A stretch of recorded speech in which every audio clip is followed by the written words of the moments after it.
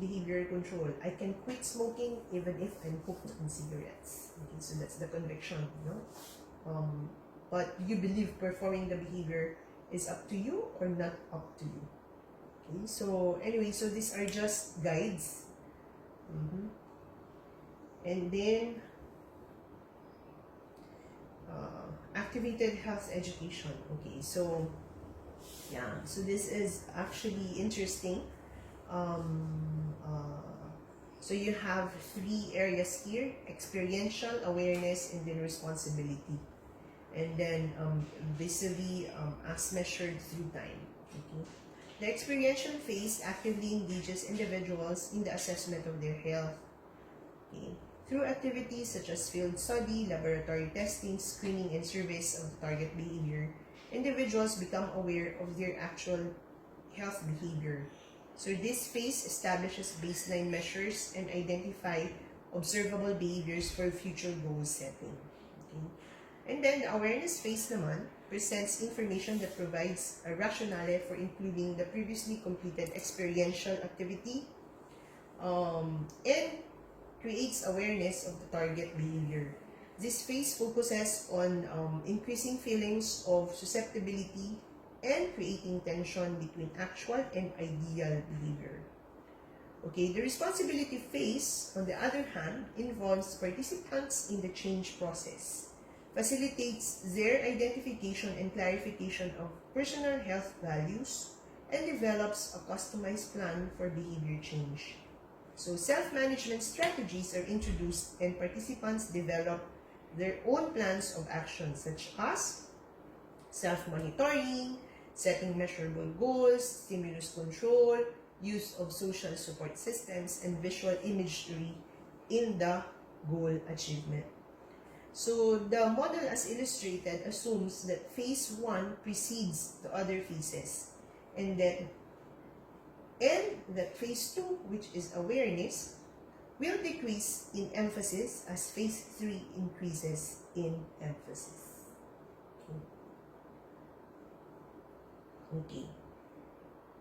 Okay, so that's it with the models of interpersonal theory. So how about the model of interpersonal theory in health education? Okay. We only have one. Okay, so this is the social cognitive theory or model. Okay. Okay.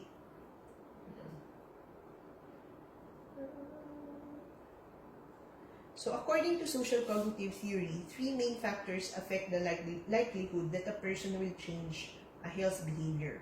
What are these?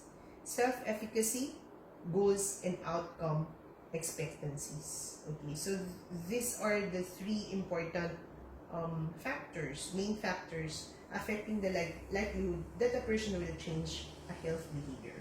Okay, so again, self-efficacy is the 4th in the different concepts as indicated in the slide. And then of course you have your goals. Okay, meron bang goals? Dapat may goals. Ayun, observational learning probably. Okay, or expectations. Okay. No. And outcome, goals and outcome expectations. Okay, so these are the 3 main factors.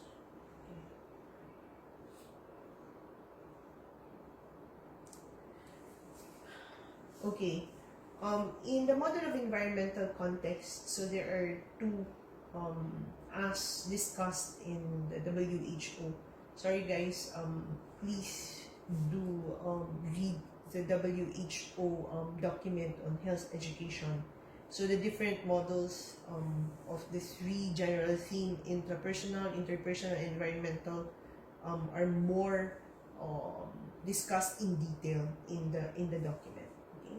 So for the environmental context, environmental. Okay, sorry for that again. Oh no, so it's corrected. Environmental. Okay, so the communication theory or model is very important. Okay, so so when we talk about health education, so we have your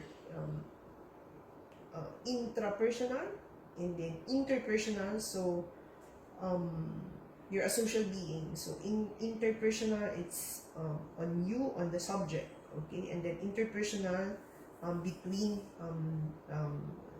the subject or the health educator, or the community and the health educator.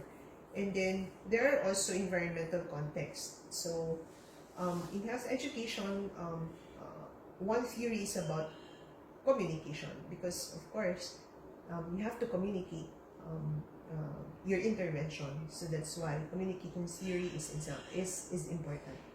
So we have the simple SMC or model: sender, messenger, channel, receiver, and then feedback. Okay, if you go back to again how to plan your health education programs, okay, more or less you follow this pattern. Okay, so it's singular. Okay, so first, okay, you as the sender, you have a specific message, your intervention, okay, regarding the health issue, okay, or behavior for that matter, and then you use channels. Okay, so what are these channels? Well, it can be what? Your audiovisual, okay, so it can be oral, face-to-face, etc. So that's no channel, okay, so direct, or through the social media, etc. And then of course at the other end you have the receiver, and there has to be feedback. There has to be feedback mechanism. Communication theory explores who says what, in which channels, to whom, and with what effects. Okay, the second model is the diffusion of innovations theory or model. Okay, so in this, in this you will be it's just a rundown because it is for higher public health practitioners. Okay, so in any community or in any group of learners, you will actually find how many groups? 1, 2, 3, 4, 5. The innovators, the early adopters, early majority, and then the late majority, and then laggards. Okay, so diffusion of innovations is the process by which an innovation is communicated through certain channels over time among the members of a social system, a community, for example. If a health education program is viewed as an innovation, this theory could describe the pattern the target population would follow in adopting the program. Okay, so the categories are characterized as follows. Innovators are active information seekers of new ideas. So they just 2.5% of the population. Early adopters are very interested in the innovation, but not the first to sign up. Okay, so 13.5. And then the early majority, tumataas and tumataas, when you introduce innovation, okay, through health education, okay, 34%, okay, so tumaas, no? Those are the early majority, okay? Need external motivation to get involved. So, karamihan tayo dyan. And then also, late majority are skeptics and will not adopt an innovation until most people in the social system have done so. Sila yung naghihintay. Okay? Naghihintay ng resulta. Tama ba? Or they always question. Sige, mauna muna kayo. And then how about the laggards? Typically have limited communication networks and are the last to become involved, and usually with the help of a mentoring program or through constant exposure. Okay, so medyo malaki din yung laggards natin, 16%. Okay, yeah. Okay, so we're ending less than 10 slides. Okay, so what are the contents of health education? Of course, again, it depends on the needs assessment, but these are areas commonly and should be part of your health education. Okay, so human biology or physiology, So this is understanding health demands and understanding of human biology. So for example, breastfeeding, safe motherhood, immunization, weaning in child growth, diarrheal diseases, respiratory infections, house hygiene. So you have to discuss, part of human education program is to discuss the normal physiology or the biology of the different health issues related to the health issue. For example, lungs, or the normal physiology or the biology of smoking. Okay, yeah. And then second, nutrition, to guide people to choose optimum and balanced diets. So in order to remove prejudices and promote good dietary habits. Of course, you can have other contents. Hygiene is very important. So personal hygiene, environmental hygiene. Environmental, domestic, and community. Okay, so again, since we are in the quarantine, okay, ECQ, enhanced quarantine for COVID, community quarantine. So I used their infographic, the infographic of WHO, and we also have a lot actually in DOH. Protecting yourself and your loved ones from coronavirus is simple. So this is part of your hygiene. An example rather. Okay, fourth, family health. So health promotion, disease prevention, early diagnosis and care of the sick.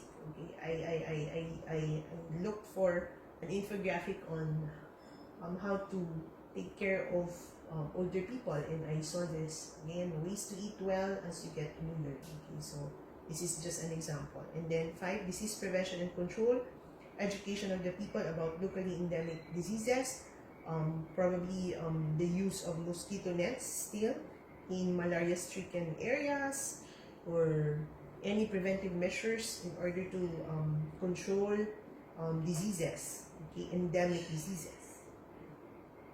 The 4 o'clock habit of DOH in controlling dengue. Okay, so how about mental health? To help people to keep mentally healthy and to prevent a mental breakdown. Okay, 6 special situations, mother after childbirth. So this is postnatal,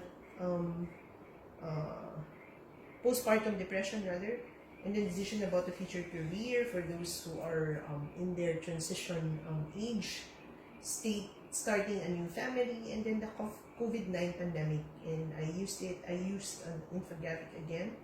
Okay, so is it normal to fearful or anxious during this time of uncertainty? Okay, so you just talk about it. Okay, so and then your accident or accident prevention or safety, okay, in work, road, and home. So what do you observe in the picture? Okay, so this is a child without any supervision, okay, with timbas, okay, of gallons of water. What can be an accident here? You can actually fall into the water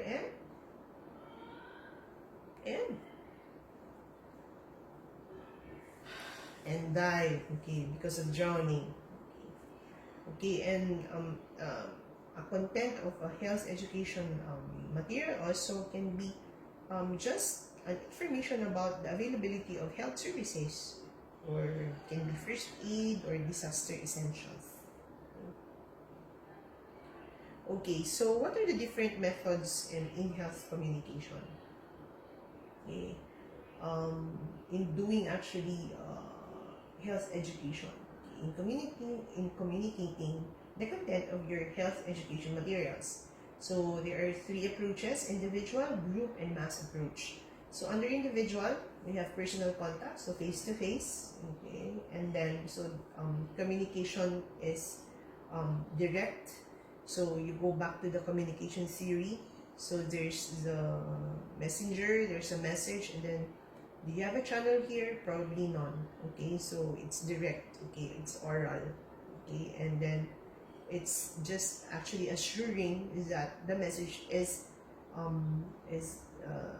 understood by the receiver. Okay, and then there should be feedback. And then, yeah, you can do also home visits. It's part of individual approach. And then personal data. Okay. How about group approach? So lecture, demonstration, lecture can be chalk, okay, or now it's whiteboard. Okay. And then demonstration, you use flipboards or storybooks, etc. Okay, so demonstration in group. You can also do it as group discussion, and then panel discussion, symposium, conferences, seminars, or role plays. How about mass approach? So you use the television, the different means of communication.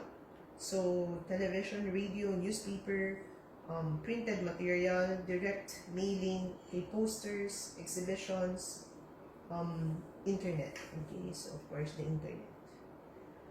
Folk method, I'm not sure about this, but yeah, okay. We can look for it. What is a folk method? Probably it's more of gathering the community in the rural area and demonstrating, but it's also part of group approach. Okay. So I will be ending with the different principles of health education. So there should be credibility, so consistent and compatible with scientific knowledge, local culture, and educational system. And then interest, so it should be felt needs. Okay, so it's not just a matter of gusto kong mag-design ng ganito. No. It should be a product of your needs assessment.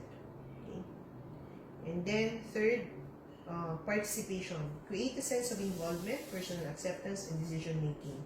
Provides maximum feedback. Okay, so you go back to the circular flow of planning a health education program or material. Okay. Fourth, motivation. Yeah, the need for incentives is the first step in learning to change. Sometimes, okay, but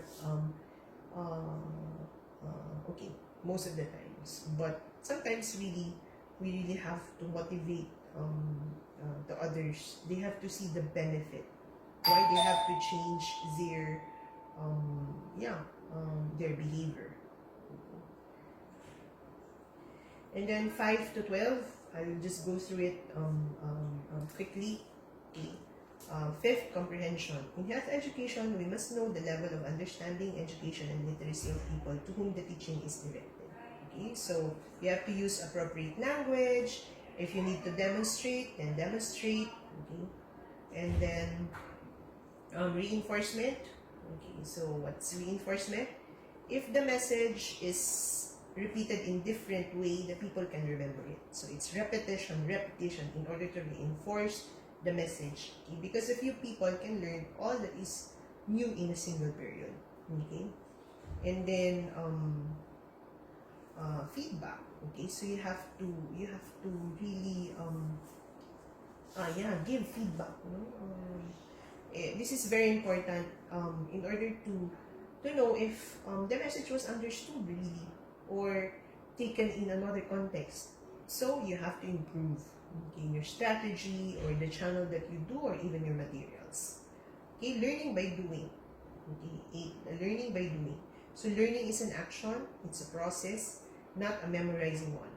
Okay, if I hear, I forget. If I see, I remember. If I do, I know. Illustrates the importance of learning by doing. Okay, known to unknown. In health education work, we must proceed from the concrete to the abstract, from particular to general, from the simple to the more complicated, from the easy to more difficult, and from known to unknown.